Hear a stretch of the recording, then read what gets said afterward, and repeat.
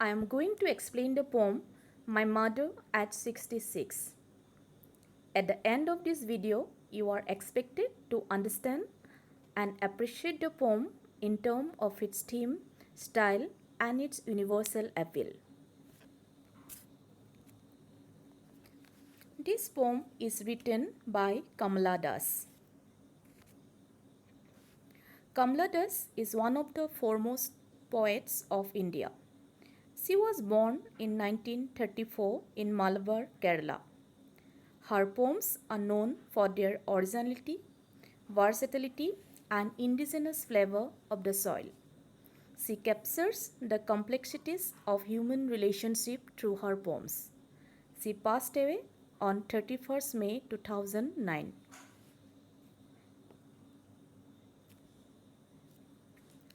Before we read the poem, let us look at these images.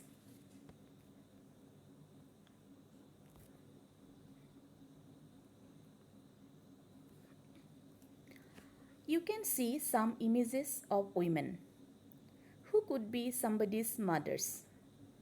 The first two images are very comforting for the children. They seem happy, healthy, with no sign of stress or worries on their faces. Children are relieved to have seen their mothers this way. However, the last image can be very discomforting for the children. Here you can see a weak and aged mother with a sad face. It is very natural. Yet, for a child, it is difficult to accept the truth because growing age and energyless body, lack of enthusiasm serve as indications of an approaching death. Every child suffers from a fear of loss of mother, a fear of getting separated from her. This fear grows in childhood and it continues even after childhood. Why is it so? It is because every human being shares a special bond with his mother. It is a kind of divine bond. Thus, everyone also has the fear of losing one's mother. In this poem, the poet has also expressed such a fear of losing her mother. Let us read the poem and find out what has caused such fear in the mind of the poet.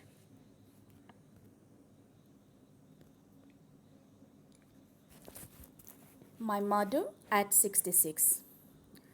Driving from my parents' home to Cochin last Friday morning, I saw my mother beside me, those open-mouthed, her face ashen like that of a corpse, and realized with pain that she was as old as she looked, but soon put that thought away and looked out at young trees sprinting, the merry children spilling out of their homes.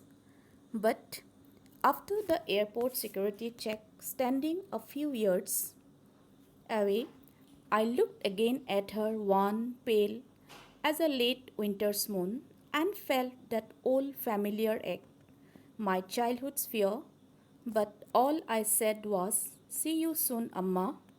All I did was smile and smile.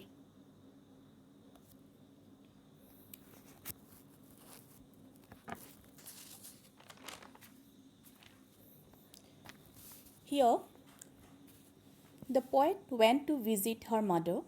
Now, she was on her way back to the airport to return to Cochin. Her mother was sitting beside her in the car. She looked at her and found her dozing off to sleep. With her aging and colorless face, she resembled a dead body. The poet realized that her mother had grown old. The realization brought pain and sympathy for her. She tried her best to be in her normal self. In order to come out of her gloom, she shifted her glance and looked out of the car's window. She saw young trees passing by, and little children running out of their homes. Thus, the energy, life, and happiness of the children are contrasted here to the lifeless, energyless figure sitting by her, that is, her mother. On reaching the airport, she looked at her mother once more time. Her mother appeared weak and pale, just like the moon in winter. The pain and fear of losing her mother gripped her. She felt the same pain in her childhood. As a child, she could not bear to be separated from her mother even for a few moments. She knew it very well that her childhood fear was going to be true, as her mother was about to die and she would lose her forever. But deep in her heart, she wished to meet her again. She just smiled and said, "See you soon, Amma."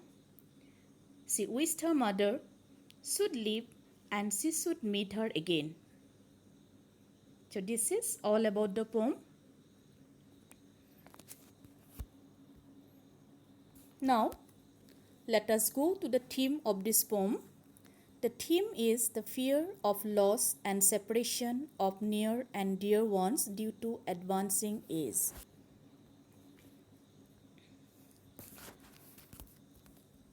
You have seen that the whole poem is written like a single sentence.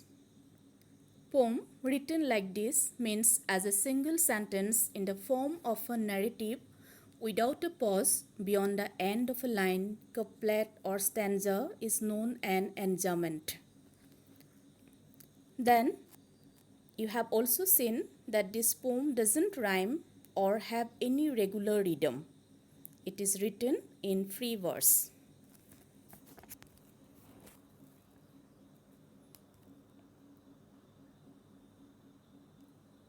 Now let me tell you about some poetic devices used in this poem. Simile. You already know what a simile is. It is a comparison between two dissimilar objects. Look at the examples. Face ashen like that of a corpse. Here, the face is compared to that of a corpse. In the second example, as a late winter moon, again the face of the mother is compared to that of a winter's moon. Thus, these are examples of simile.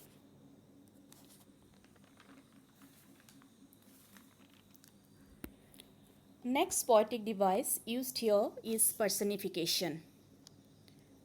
When we attribute human qualities to something non-living or to the objects of nature, it is called personification. In the sentence, young trees sprinting. Trees are not running here. Trees cannot run. Here, trees are presented like young children sprinting. Thus, it is an example of personification. Next poetic device used here is repetition. Look at the sentence. Smile and smile and smile.